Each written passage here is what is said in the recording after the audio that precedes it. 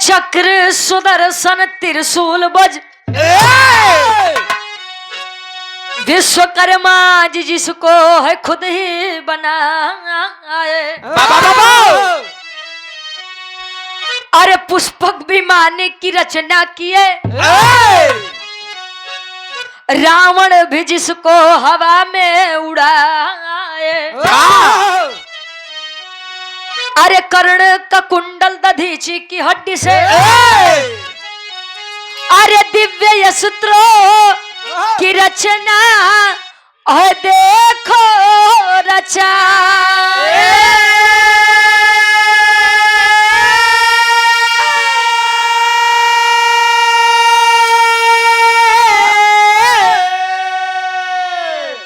विश्वकर्मा जी दुनिया के पहले इंजीनियर है बात यमलेंदु बताए।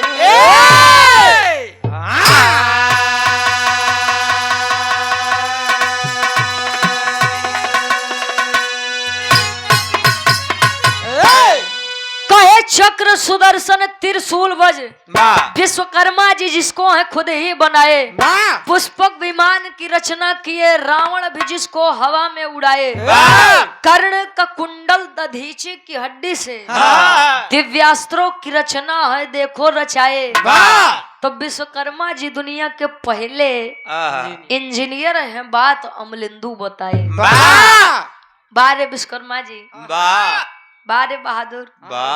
अच्छा वाह। जी का एक खास दिवस होता है, खास दिन होता है। लोग 17 सितंबर को बड़े हर्षोल्लास के साथ मनाते हैं। कहानी उठत बा विश्वकर्मा जी से, लेकिन रामायण पे एक ऐसा अनोखा पार्ट पे जाके छुटी कि आपो लोग सोचा बा कहते हैं जहां न पहुंचे रवि वहां पहुंचे। बिरहा में बड़ी मिजाजी गजल लगत बा। फिल्मी दुनिया वाले गावत रहे कोनो लइका अपने बेवफा सनम बदे कहे जा बेवफा जा कबो खुशी ने रहा। कभी का भाव है कैसे उ लइका कहे। ठीक बाबा यानी हारमोनियम के लेवल उठा ले बाहर, हारमोनियम उठावा।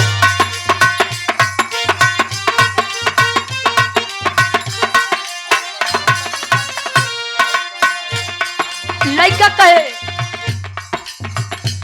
ऐ खुदा तुझे से अर्जी लगाऊं, ऐ खुदा तुझसे अर्जी लगाऊं, ऐ खुदा तुझसे अर्जी लगाऊं, ऐ खुदा तुझसे अर्जी लगाऊं, वो मुझे मैं उसे भूल जाऊं, वो मुझे मैं उसे भूल जाऊं, वो मुझे मैं उसे भूल जाऊं, ऐ खुदा तुझसे अर्जी लगाऊं, ऐ खुदा तुझसे अर्जी लगाऊं, वो मुझे मैं उसे भूल जाऊं, वो मुझे मैं उसे भूल जाऊं।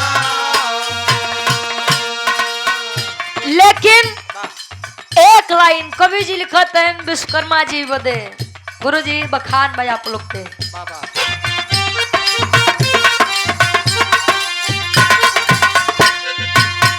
कला विश्वकर्मा अपनी दिखाए, कला विश्वकर्मा अपनी दिखाए, कला विश्वकर्मा अपनी दिखाए, कला विश्वकर्मा अपनी दिखाए। अस्त्र शस्त्र ले वस्तु बनाए, अस्त्र शस्त्र ले वस्तु बनाए, अस्त्र शस्त्र ले वस्तु बनाए। कला विश्वकर्मा अपनी दिखाए, कला विश्वकर्मा अपनी दिखाए, अस्त्र शस्त्र ले वस्तु बनाए, अस्त्र शस्त्र ले वस्तु बनाए, अस्त्र शस्त्र ले वस्तु बनाए। कला विश्वकर्मा अपनी दिखाए, अस्त्र शस्त्र ले वस्तु बनाए। ये विश्वकर्मा जी की देन है। चाहे पहले अच्छा विश्वकर्मा जी एक चीज के निर्माण ऐसा किए रहे गुरु जी। कि समझ ला जहां जहां पहुंची कुल विनाश भा। विश्वकर्मा जी ने एक अंगूठी का निर्माण किया था, जनक जी के मुनरी। मुनरी अंगूठी रिंग जानो थे, वो जहां जहां पहुंची विनाश छोड़ कहूं बनई सनाई के जान ला। इंद्र जी के दरबार में जले रही तले सब आपस में कटे मरे। मृत्युलोक में आ राजा जनक जी के घरे राजा जी ने जनक जी के राज्य में सूखा पड़ने लगा, अकाल पड़ने लगा। पहुंची मुनरी अयोध्या नगरी में पहुंची तो दशरथ जी के मृत्यु 14 वर्ष के वनवास पाई गए राम जी। जले सीता जी लगे रहन तो सीता जी साथे घटना भजन दिन राम जी लगे आए तो राम जी साथे घटना आज ऐसे हुए मुनरी लंका नगरी पहुंची, लंका नगरी के विनाश हो गया। ओकर एक अलग लेवल बा, अलग कहानी बा। कहानी के शुरुआत कवि जी लेते हैं हारे से कैसे।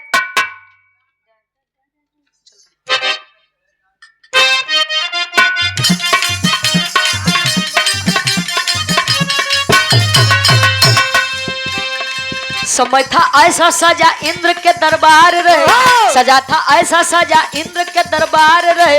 नित्य घृताक्षी का सबके मन में वार करे।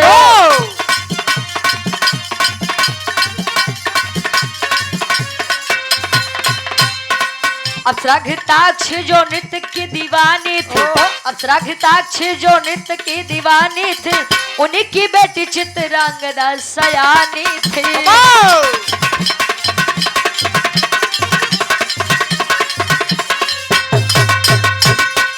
लोगों की भीड़ में जब दोनों सजा करती थी, लोगों की भीड़ में जब दोनों सजा करती थी, बस यही बात विश्वकर्मा बुरी लगती थी।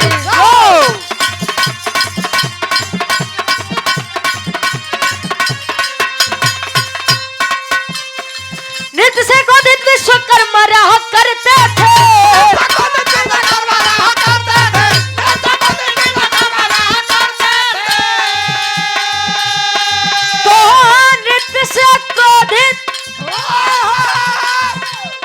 विश्वकर्मा रहा करते थे। बीबी बच्चों से अपमान सहा करते थे।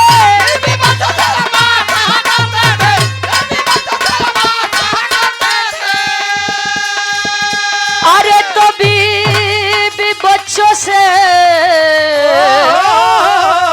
अपमान करते थे। कहानी का तनी समझ ला। विश्वकर्मा जी हरन का इतना काम एडवांस रहे तले पत्थर के मूरत से लड़कियां जन्म ले। का गुरु जी विश्वकर्मा जी की एक पत्नी जिनका नाम घृताक्षी था, और घृताक्षी विश्वकर्मा जी के बीच में एक लड़की जिनका नाम चित्रांगदा था। घृताक्षी जो थी अप्सरा थी, यानी नर्तकी थी, नाचने गाने का कार्य करती थी। कहाँ पे? इंद्र जी के दरबार में। विश्वकर्मा जी तब बहरे बहरे बड़ी इज्जत बनाओ जबकि जले आवा इंद्र जी के दरबार में। कहा हो विश्वकर्मा जी आई गए। इतना इज्जतदार होता तार मेहरारू लड़के नचबाई नहीं। बात ये उत्पन्न हो तो विश्वकर्मा जी को ये बातें बड़ी गलत लगे, बड़ी खराब लगे। अब भाई मेहरारू के तो क्यों कुछ कह नहीं सकत गुरु जी। मेहरारू अगर चाहे तो सुई से समुद्र खोद सकत जान लगे। हाँ चाहिए तब ना आए तिरिया चरित्र दैबो न जाना इनके खाते खाते चंदन तो शुक्र मनावत तहार वाली लायक बा। हाँ अच्छा पहले के दुल्हन लंबा घूंघट करे गुरुजी काहे बदे जानो थे? काहे बदे? उनका दांत बड़े बड़े होता है इवन मौत तोपे रहे। अच्छा घिसे जाता रहे। पहले का दुल्हन मांग भर के सिंदूर लगावे माने कि हमारे दुल्हा के आयु लंबी होखे। आज के दुल्हन तनी सट्टी के लिए काहे बदे जानो थे? ये जल्दी मरे दूसरे के जाई। जैसे तार वाली कितना लगाओ थे यार, इनके बेलचा से लगा हुआ था। हमको लगता तले 150 प्लस है यहाँ विश्वकर्मा जी। कब महाराज इतना जल्दी तू ना ही जा, परेशान मत हो। हाँ हाँ पार ले भाई, तब इकट्ठे यार तू लोग प्रयागराज वाले कुछ भी कह सकत है। कहानी तनी समझ ला। विश्वकर्मा जी आए गुस्से में, अपनी बेटी चित्रांगदा से कहीं किया लड़की, आया लड़की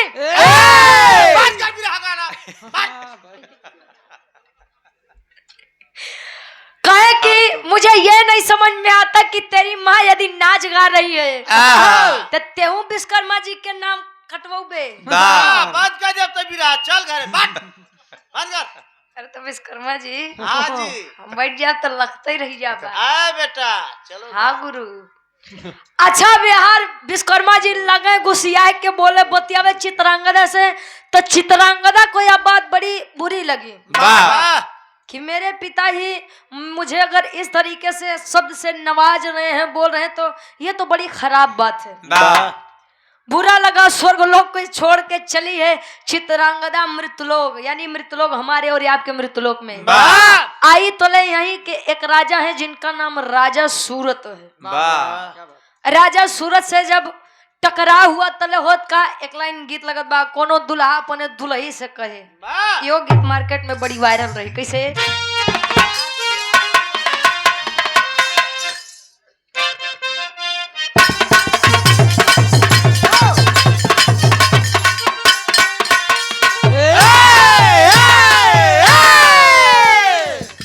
लड़का कहे हाँ हाँ आवा आवा हई सेंट गम कहुआ हमारे खातिर,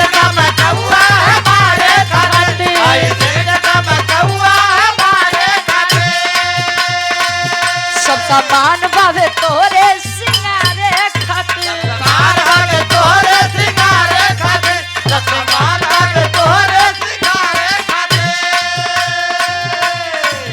हई सेंट गम कहुआ हमारे खातिर, सब सामान बावे तोरे सिंगारे खातिर। तले दुल्हे के माँ बात सुना, झुकली लैला झुमका लैला कजरा हाई फाई, झुमका लैला कजरा हाई फाई, झुकली लैला कजरा लैला कजरा हाई फाई,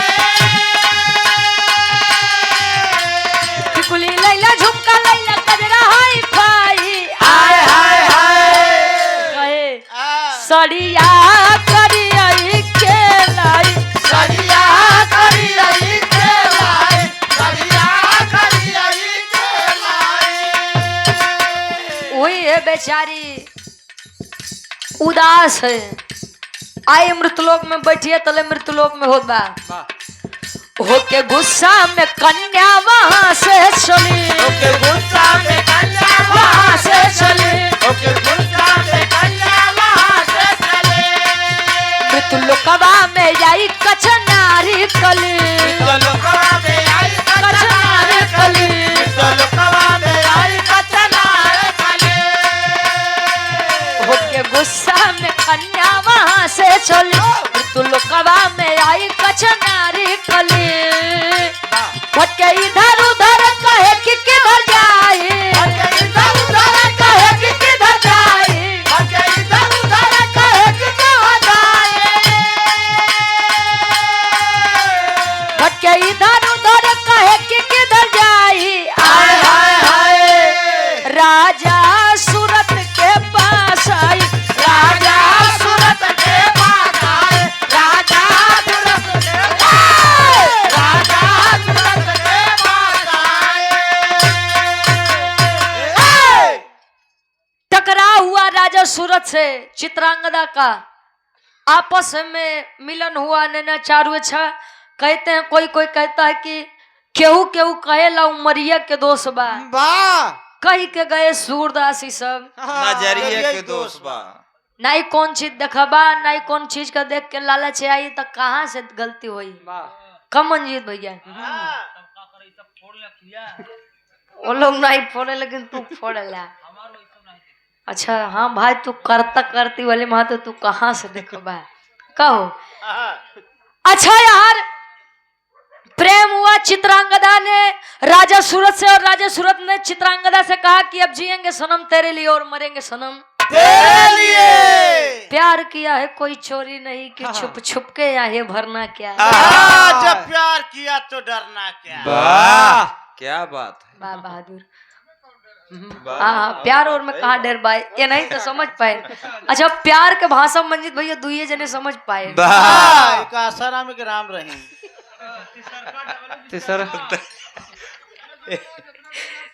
सब समझता वैसे ने नहीं दाढ़ी मोछा पकान बा।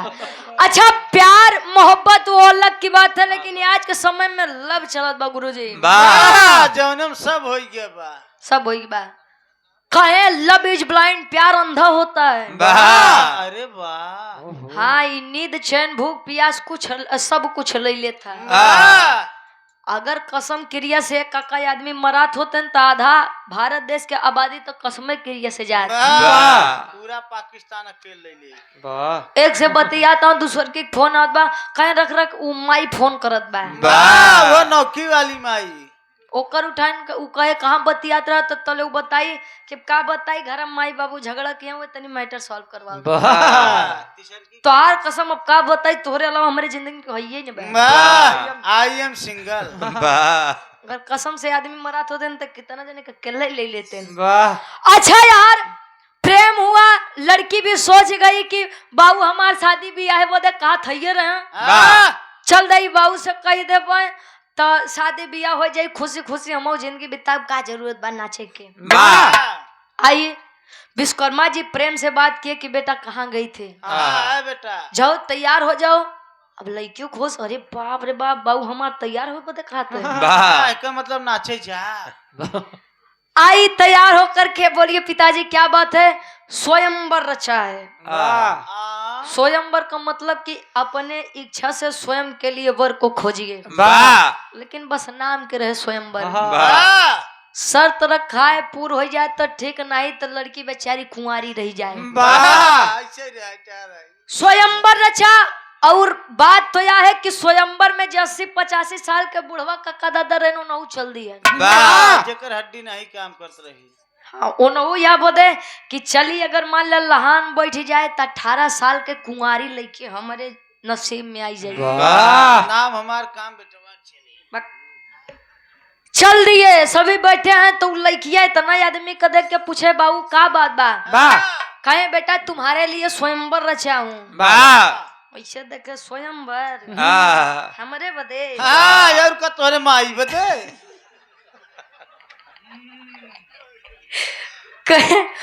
स्वयंवर हमारे बदे। कौन बोला आपको स्वयंवर करने के लिए। पिताजी मैं एक लड़के से प्रेम करती हूँ और उन्हीं से शादी करना चाहती हूँ। अब 20 सभा में लड़की ने ऐसा कहा भाई अब विश्वकर्मा जी का युगो हट हो गया, आत्मसम्मान पर चोट लग गई। अरे लड़की, अरे लड़की, अरे लड़की, तेरी इतनी मजाल कि तू एक लड़के के लिए मेरी इज्जत इतनी सभा में खराब करेगी। जा मैं तुझे श्राप देता हूँ। कवन वाली 75 वाली काम ना चलिए 26 वाली ले। एक जने होता समझबो करी, तीनों जने वैसे ना है। अच्छा श्राप सुनाए। कवन श्राप सुनाओ तन तेरी के भाव लगत बा गुरुजी। अब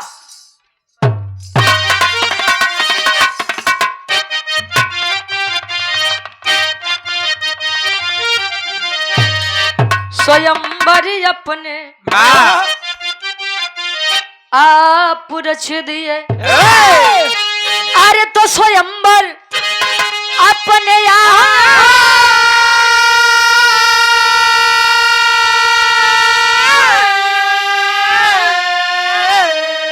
अरे तो स्वयंवर अपने आप रच दिए। दुआ तो दिए नहीं बदले में मिला शराब। श्राप सुनाए कि लड़की तू जिसके लिए ये कर रही है, जा मैं तुझे श्राप देता हूँ जिससे भी शादी करेगी उसकी मृत्यु मंडप में हो जाएगी। मतलब जैसे वह सिंदूर डालेगा सुहागन बनते ही तू विधवा हो जाएगी। वाह पहले के ऋषि मुनि कुशियाएं तो पहले शराब पे सुनावे, वाह जा शराब सुनाए, अच्छा लड़के मन मार के आई, एक बार सोचे शादी कर लूं, एक बार सोचे अगर शादी कर लूंगी कोनो मतलब नहीं। मेरे पति परमेश्वर के पास चले जाएंगे तो मतलब ही क्या निकलेगा। वाह यही सोच करके लड़की कूदी है पानी में अपनी जान देने के लिए। समाज देखिए, मेरी बात को बुरा मत मानिएगा, सुन ला करवा अपने मन के, हम जाना थे। वाह समाज जब हम भूखे रहते हैं, हमारे तन पर कपड़े नहीं होते हैं, तब हमें खाना देने कपड़ा देने कोई नहीं आता है। वाह जिस दिन घर का बेटा हो बेटी हो कह दे कि पिताजी या माताजी मैं उनसे प्रेम करती हूँ, उनसे शादी करना चाहती हूँ, तो लगी है माई बाबू समाज निहारे कि समाज में हमारी नाक कट जाएगी। जब तक समाज लगते हैं उस खोखले समाज का ढिंढोरा पीटने, अरे साहब समाज क्या हमारे बच्चों से बढ़ के हो जाता है। वाह बच्चा इस संसार को अलविदा कह के चला जाएगा तो क्या समाज आपके बच्चे को वापस दिला सकता है? वाह नहीं दिलाएगा।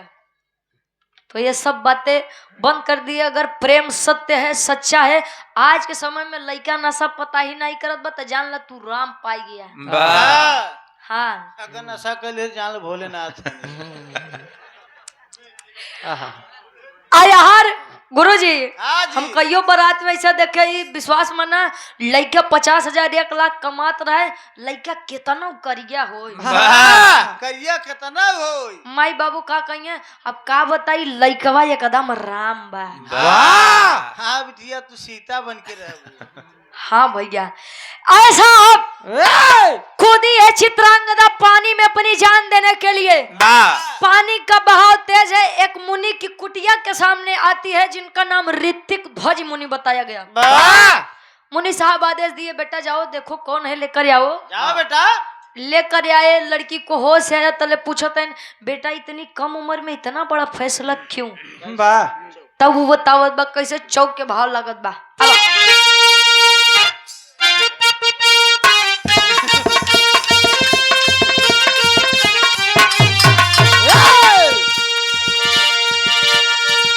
चित्रांगदा मुनि सजा के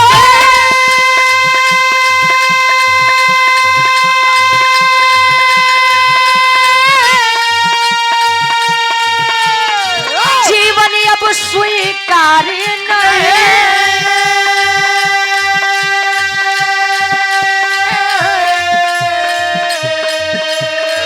खुद की मर्जी से शादी कर लूं,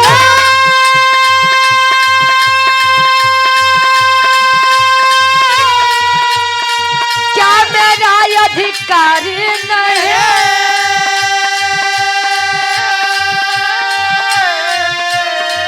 गणपति के पास में जाके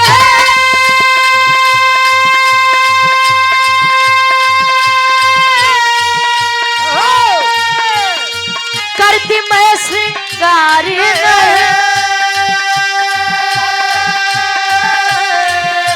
घृणा हुई है अब जीवन से, घृणा हुई है अब जीवन से, मर जाना बेकार नहीं, घृणा हुई है अब जीवन से, मर जाना बेकार नहीं, घृणा हुई है अब जीवन से, मर जाना बेकार, घृणा हुई है अब जीवन से, मर जाना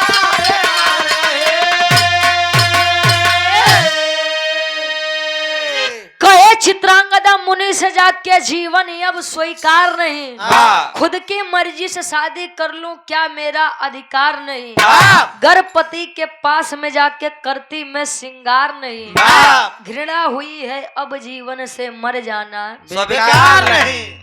कहे बाबा राजू इस संसार के सबसे बड़े रचनाकार आविष्कार जो करते हैं, यानी मैं विश्वकर्मा जी की बेटी चित्रांगदा हूँ। तब इतना बड़ कदम, उतना महान पुरुष के हो करके आप बेशक कार्य करते हैं, क्या बात है। कहे मैं आप वहीं के मृत्यु लोक के एक राजा थे जिनका नाम राजा सूरत है, उनसे प्रेम करती थी और उन्हीं से विवाह करना चाहती थी। मैंने बात पिताजी को बताई, पिताजी को यह बात रास नहीं आई। उन्होंने मुझे श्राप सुना दिया कि मैं उनसे अगर शादी करूंगी तो मेरे पति की मृत्यु बीच मंडप में हो जाएगी। वाह और साहब मैं अपनी वजह से किसी की जिंदगी खराब नहीं करना चाहती। या तरफ से ही बतावत है तले विश्वकर्मा जी खो जाते हेरत पहुंचन कहीं कार्य लकी वाह चलू घरे तार माई तो याद करत बा वाह चल बेटा। तले उ कहे हम नहीं जाब। क्यों नहीं जाएगी? कहे कि बस ऐसे नहीं जाऊंगी। ऋतिक ध्वज मुनि समझाने लगे कि विश्वकर्मा जी अगर लड़की प्रेम करती ही है तो शादी करवा दीजिए। विश्वकर्मा जी को अहंकार हुआ, कहे तू साधु संत आदमी तुम्हें का पता कि लड़किया बच्चा कैसे होता, तू हमका बताऊबा कि शादी करी कि नहीं करी। आप बाप और बेटी के बीच में मत बोलिए। दाढ़ी पाल ले तुहार घरे हुए थे। ऋतिक ध्वज मुनि खड़े हुए श्राप सुनाए कि विश्वकर्मा जी जितना घमंड आपको अपने शरीर पर है, आपके अपने सुबुद्धि अपने विवेक के ऊपर है, मैं आपको श्राप सुनाता हूँ तो आप विशाल रूप में बनरे में बदल जाइए। बहुत सही। हाँ विश्वकर्मा जी बड़ा खेला करत कहे आपका शरीर बानर रूप में बदल जाएगा। तले श्राप लगा विशाल काय बानर बने, तले लगा हाथ गोड़ जोड़े, अरे बाबा गलती हो गया, बाबा गलती हो गया।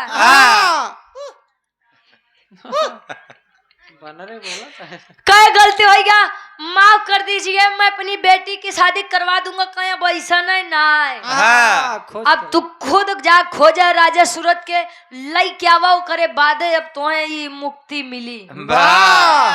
ऋतिक ध्वज मुनि चित्रांगदा कुटिया में है और लगे विश्वकर्मा जी वानर रूप ले मुक्ति मुक्ति मुक्ति मुक्ति मुक्ति मुक्ति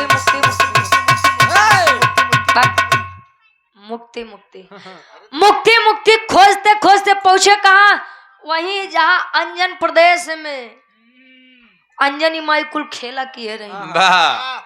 अंजन प्रदेश में जब पहुंचे बानर रूपी तो हुआ के जतना छोट बानर हाँ गुरु जी। अब विचित्र बानर देखे तो विचार करते हैं साला ये नया कौन आ गया। विचार करें कैसे खाटी इलाहाबादी तर्ज लागत बा। एक बिरहा सम्राट स्वर्गीय दादा श्री रामधारी यादव जी झूसी नरेश प्रयागराज गुरु जी गावत रहे कैसे, और आज गीत इंटरनेशनल गीत बा। क्या बात है?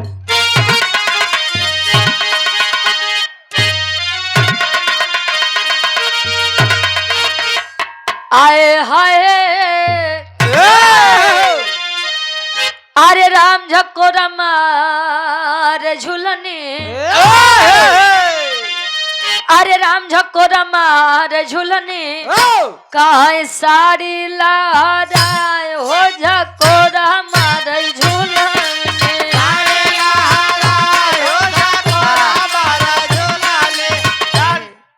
तनी कहे के बदल बिरहा सम्राट स्वर्गीय गुरु हैदर अली गुरु जी गायन एक कैसेट निकाले रहे रतौंदी यहाँ जीजा ओमा गुरु जी गायन, अरे राम घुसुरी गा बरधा गसार बरधा, अरे घुसुरी गा बरधा काहे सरी यही मझारी घुसुरी गा बरधा दुलही बतावे, अरे हमारे मुड़ी कटली, अरे हमारे मुड़ी कटली तमोर बूढ़ा माई हमारे मुड़ी कटली, तोर बूढ़ा मारी तोहार मुड़ी कटली, तोर बूढ़ा मारी तोहार मुड़ी। विश्वकर्मा जी शादी ब्याह दूर दूर तक नाम नहीं बकाए बदनाम करत है। क्या नाम मोर मुड़ी कटली? एक कैसे ट्यून निकाले सत्यन सुइया में हकीकत बात है जो गीत और जो मान सम्मान हैदर अली गुरुजी बना कर गए शायद कोई कलाकार बना पाए। अरे गजब क्यों बहनी कहाँ चीन्यू ना भतार हो, गजब क्यों बहनी अरे घुमा के गोरी मरलू।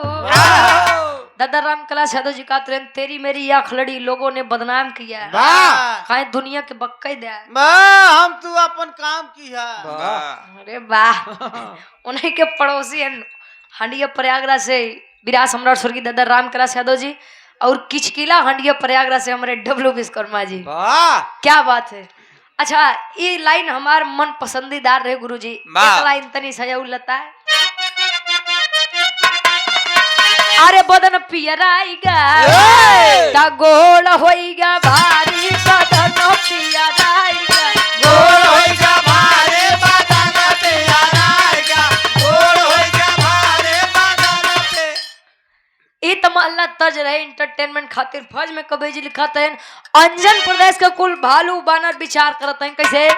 अरे कहाँ से आया बनरा अरे कहाँ से आया बनरा ता मोर नगरी में कहाँ से आया बनरा मोर नगरी में कहाँ से आया बनरा मोर नगरी में कहाँ से मोर नगरी में हो मोर नगरी में कहाँ से आया बनरा मोर नगरी में कहाँ से आया बनरा मोर नगरी में कहाँ से आया बनरा।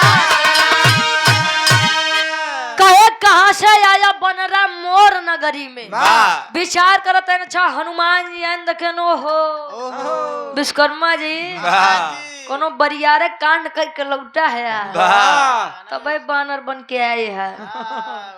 अच्छा विचार करते हैं हनुमान जी पहुंचते हैं घृताक्षी जी के लगे तले कहा थे का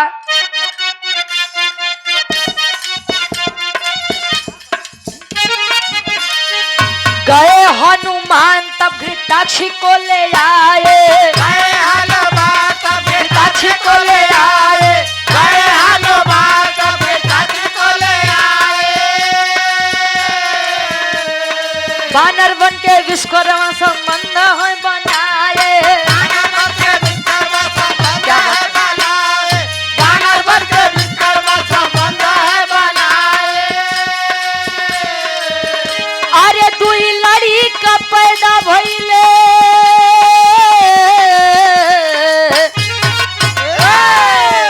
अरे दुई लड़ी का पैदा भइले चर्चा सगरी में कहाँ से आया बनरा मोर नगरी में कहाँ से आया बनरा मोर नगरी में। कहे गए हनुमान घृताक्षी को ले आए तब बानर बन के विश्वकर्मा संबंध है बनाए गए घृताक्षी जी के पास कहे कुल नचाबे गौबे करबू केवरो तो कोनो काम दिखा था तले कहीं बोलिए हनुमान जी पवन पुत्र क्या बात है। कहीं कि तुहार स्वामी विश्वकर्मा जी हुआ देखा था बानर बन के बैठा है कहीं अगर सही सही प्रेम चाहिए त्यावा चला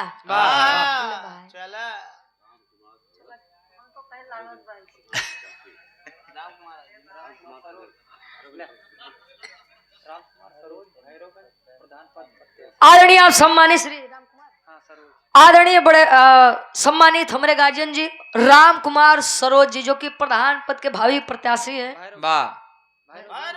भैरवगंज से हमारे गार्जियन जी हमसे 200 रुपए का सम्मान बहुत बहुत धन्यवाद आशीर्वाद के चाह रहे ईश्वर कर रहे हैं जीता भाई वैसे सब चीजें में इतनी मेहनत नहीं करे पड़त जितनी मेहनत प्रधानी में करे पड़त है बड़ी मेहनत करे पड़े। हाँ हो एमा कच्ची दारू कच्ची ओट पक्की दारू पक्की ओट मुर्गा दारू बस कर भाव सब जानते हैं बस कर जे प्रधान पतियां जानते हैं 4 लाख जाई 5 लाख जाई तुम बता दा ये रिहर्सल करत हलड़ वही हाँ।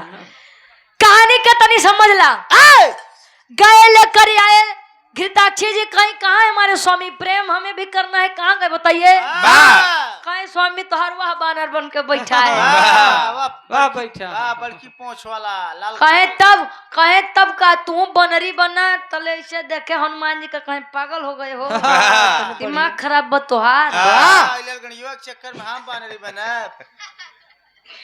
कहे मतलब के चक्कर में इतना सुंदर हमारा रूप हम बनरी बनब दिमाग उमाग तो ठीक बा लाखों आशिक मर जाते हैं मेरी एक मुस्कान पे घृताक्षी की आत्मा नहीं के अंदर बा आज जाता है कहे कि जब नहीं चाहिए प्रेम तो भाई जा हम यारे कहूँ सेटिंग कराओ विश्वकर्मा जी के क्या है कहे ना स्वामी अच्छा एक बात है मेहरारू काठियों को सवत नहीं बर्दाश्त करे अच्छा बानरी रूप जब धारण की घृताक्षी जी तैयारी के विश्वकर्मा जी के सामने लगे पोज पर पोज मार रहे लगे पोज पर पोज मारे तब विश्वकर्मा जी के कहा मुक्ति खोजी और लगन पिछुआए जब पोज मार के लगन विश्वकर्मा फोटो ही चल आगे कहे अब मुक्ति गए भाड़ में सामने आए बा। पहले जवन सामने आए बा ओके देखा वाह। अच्छा पीछे पीछे गए प्रेम हुआ। एक बात जान लीजिए ये दुनिया के आकाश सत्य है और दुनिया को बढ़ाने के लिए ये करना बहुत जरूरी है। कहे एक से भले दो और दो से भले चार कोई भी हो, इंसान हो, पशु हो, पक्षी हो, संबंध सब में बनता है। वानरी रूप विश्वकर्मा जी और वानरी रूप घृताक्षी का जब प्रेम हुआ, संबंध बना, दोनों के संबंध से 2 बच्चों का जन्म हुआ। जब 2 बच्चों का जन्म हुआ, अब 2 लड़का के रहन उनके बाद के बाद छोड़ा। पहले एक के देखा कि विश्वकर्मा जी कहे कहा वो 2 लड़का याद किए रहा, नाम बताओ उनकर नाम के बा। और रामायण में इनकर बहुत बड़ी भूमिका रहे। ना तो राम रहे, ना तो लक्ष्मण, ना तो शत्रुघ्न, ना तो भरत, ना तो हनुमान, ना तो अंगद। क्या रहे गुरुजी? आखिरी में कवि जी प्रमाण दिए, पापड़ के भाव लगत बा। और जन जन के साथ ही राम कुमार पासे जी कंधई मधुपुर के निवासी, प्रधान पद के हेतु के प्रत्याशी हैं। पूज्य हमारे गार्जियन जी आप राम कुमार पासे जी, गार्जियन जी के द्वारा पुनः 200 रुपए का सम्मान, 786 आशीर्वाद के चारी के बच्चे अपनी कला में कामयाब रहे। बहुत बहुत धन्यवाद बा। कवि जी लिखत है पापड़ के भाव लगत बा कैसे?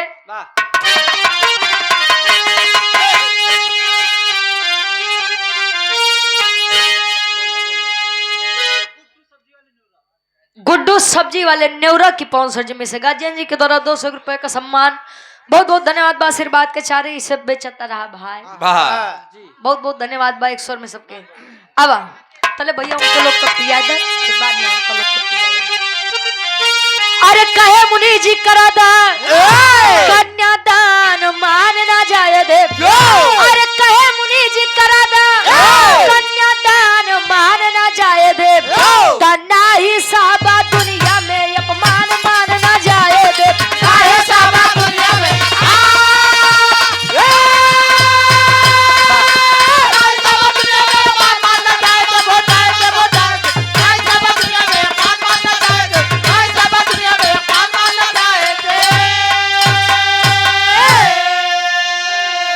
अरे सुन के बात विश्वकर्मा जी हाथ को है बढ़ाए हो, चित्रांगदा के हाथ राजा सूरत को थमाए हो। अरे कहे खुशी रहा दुइनो संतान मान ना जाए दे। तनाई साब दुनिया में अपमान मान ना जाए दे।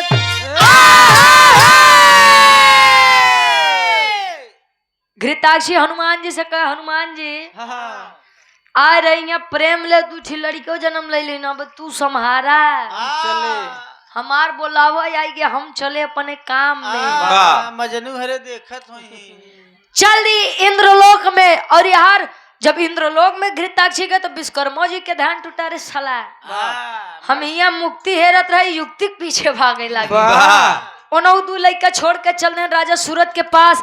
राजा सूरत के पास आए, शादी विवाह करवाए और उस श्राप से मुक्त हुए। अब वो 2 लड़का के जन्म जौन भरे उनका नाम का पड़ा आल्हा के भाव में कवि जी प्रमाण देते हैं कैसे?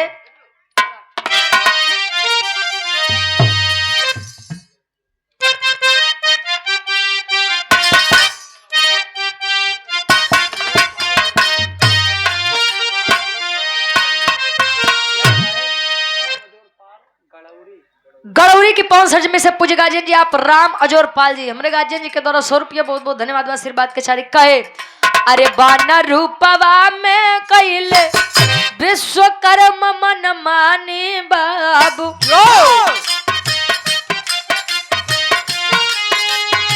घृताक्षी गुजरी क्या से संबंध बना।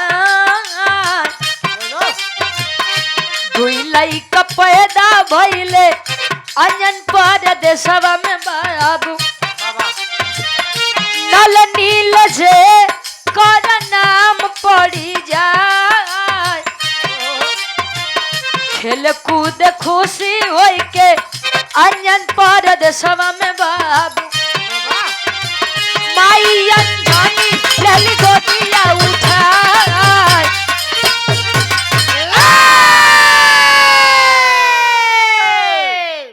वानर रूपी विश्वकर्मा जी और वानरी रूप घृताक्षी के बीच में संबंध बना और संबंध बनने के बाद जो दो वानर पुत्रों का जन्म हुआ उनका नाम नल और नील बताया गया।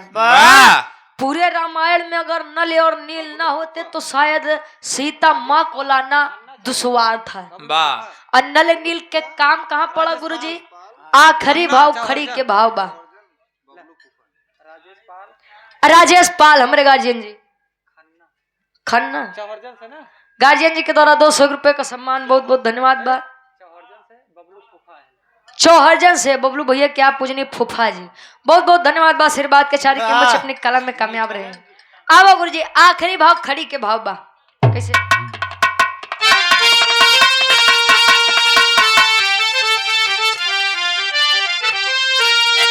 अरे अंजनी से ललना बजरंगी हो गए।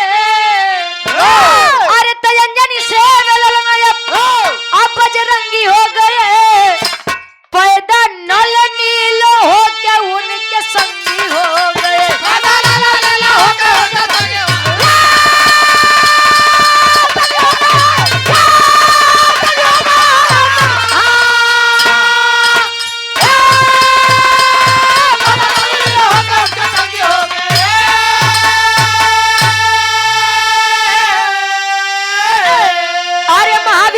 से खबर लेके आए हो तो नल नील समुद्र के मार्ग है बना।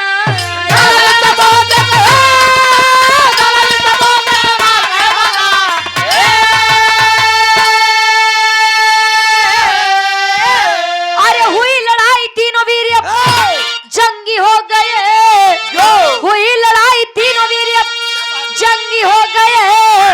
पैदा नल नील हो के उनके संगी हो।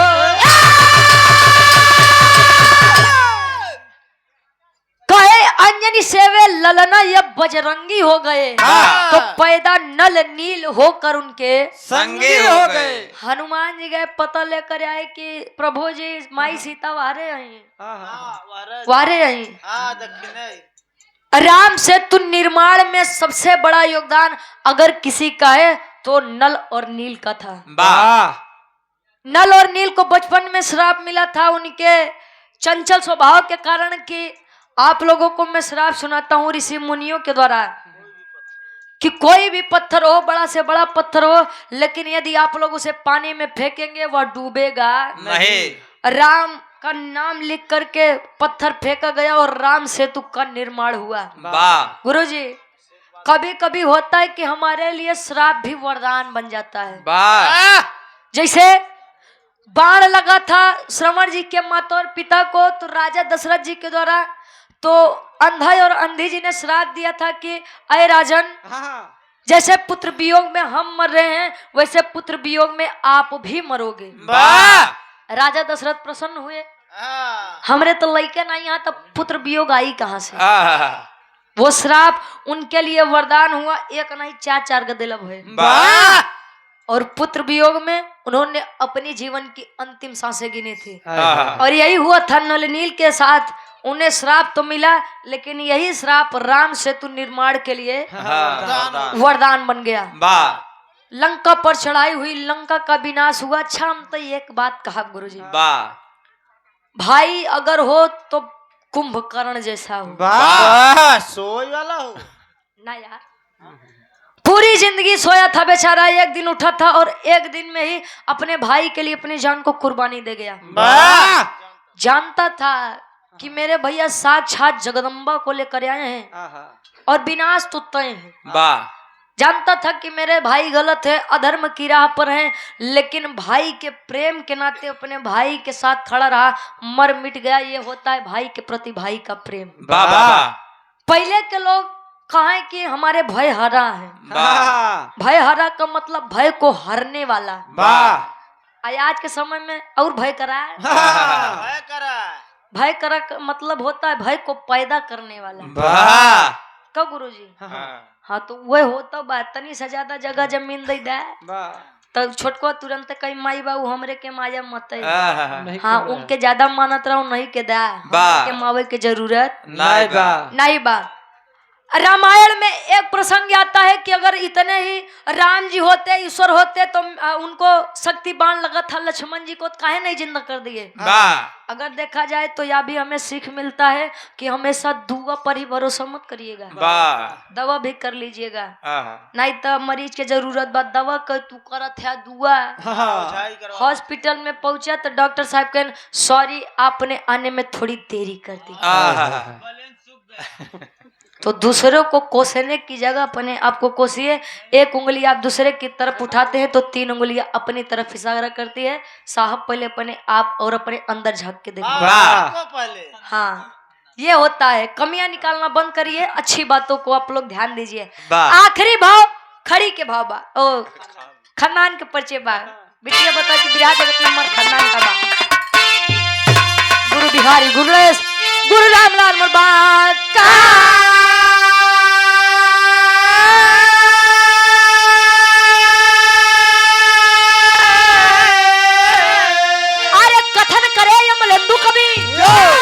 बच्चन का विजय पताका हो।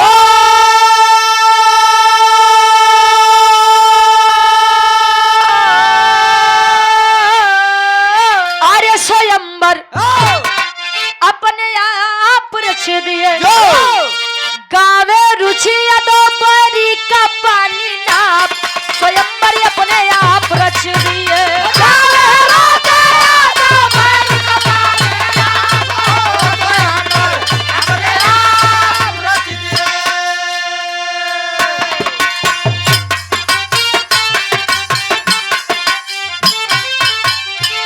मनावन करे। अबे मेरे बड़का भैया से सुनबे भैया की रुचि के तरफ से नहीं की सुनी है लिया हमारी तरफ से पूरन के गीत में 1-2 लाइन हमके बड़ी वायरल करे बा और बिरहा जगत में हमके अलग पहचान दिए बा। पुरन की ढेर आनंद देसी हाँ हो 9 दिन पुरान चीज सब दिन बिरहा सम्राट स्वर्गीय दादा श्री राम कला यादव जी इस गीत को गाया करते थे। दुल्ही मनावन करे राजा